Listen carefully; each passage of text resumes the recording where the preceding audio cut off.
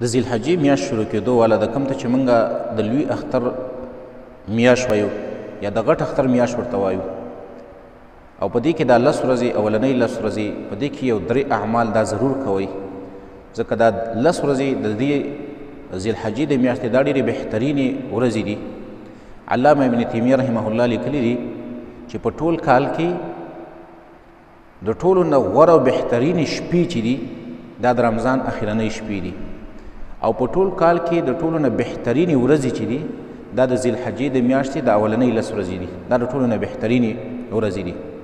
په حدیث کې مرازي رسول الله صلی الله علیه وسلم فرمایي ما من ایام العمل الصالح فيهن احب الى الله من هذه الايام العشر. د نور ورځو د اعمالو نه په دې ورځو کې چې کوم عمل کیږي دا الله ته ډېر محبوب دی.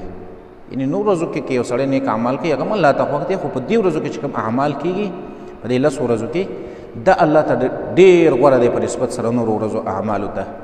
نو قالوا یا رسول الله، صحابه ویل یا رسول الله ولا الجهاد فی سبیل الله، د دې ورځو اعمال چې دي دا د جهاد فی سبیل الله نه غوره دي. نو رسول الله صلی الله علیه وسلم ورته وفرمایل او ولا الجهاد فی سبیل الله، دا د جهاد فی سبیل الله نه غوره دي په دې کې عمل کول. نو دومره د چې یو سړی د جهاد په نیت باندې وځي د کور نه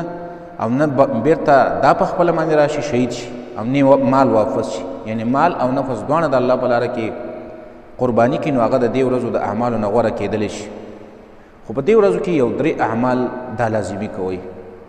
اولنی عمل هر هغه څوک چې هغه د قربانۍ استطاعت او طاقت لري او د قربانۍ اراده یې کړې ده، نو څنګه چې دا میاشت ښکاره شي د ذوالحجې د هغې ورځې نه واله تر د 10مې ورځې پورې د قربانۍ د ورځې پورې د خپل بدن نه ویښته کټ کول یا نوکونه کټ کول دا دې نه کوي، ځکه حدیث کې راځي ام سلمه رضی الله تعالی عنها فرمایي رسول الله صلی الله علیه وسلم فرمایلی دي من کان له ذبح یذبحه، د چا چې د قربانۍ اراده ده او د قربانۍ طاقت لري چې دا قرباني وکړي، نو فاذا احل حلال ذی الحجه، کله چې د ذوالحجې د میاشتې هغه راښکاره شي ولیدلی شي، نو فلا یأخذن من شعره ولا من اصباره شیئا، نو دا سړی دی نه خپل ویښته کټ کوي نه خپل نوکونه کټ کوي حتی یضحیه، تر دې چې دا اضحیه وکړي قرباني وکړي. یو عمل پکې دا پکار دی. دویم عمل په دې 10 ورځو کې دا 9 ورځې روجې نیول، د دې میاشتې دا 9 ورځې د اولنۍ نه واله تر د 9مې ورځې پورې دا روجې نیول دا مستحب طریقه ده. رسول الله صلی الله علیه وسلم حدیث کې راځي کان رسول الله صلی الله علیه وسلم یصوم 9 ذی الحجه، رسول الله صلی الله علیه وسلم به د ذوالحجې د میاشتې دا 9 روجې نیولې. مونږ یو سړی وایي چې زه دا 9 روجې نشم نیولی، نو بیا چې کومه 9مه روژه ده د عرفې د ورځې هغه روژه دې ونیسي. رسول الله صلی الله علیه وسلم فرمایي د عرفې د ورځې په روجې په نیولو باندې الله رب العالمین دغه نیونکي دپاره د 2 کالو ګناهونه معاف کوي. دریم عمل په دې 10 ورځو کې اذکار کول ډېر زیات، سبحان الله، الحمدلله، لا اله الا الله، الله اکبر، تکبیرات ویل په دې 10 ورځو کې ډېر زیات ویل. رسول الله صلی الله علیه وسلم فرمایي فاکثروا فیهن من التسبیح والتحمیل والتهلیل والتکبیر.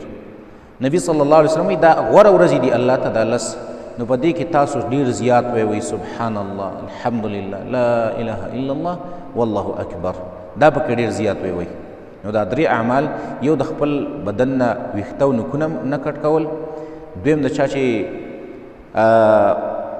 صحت برابر دی او د روجې د نیولو وس لري، نو هغه د 9 ورځې روجې ونیسي او خاص کر بیا 9مه د لازمي ونیسي. او دریم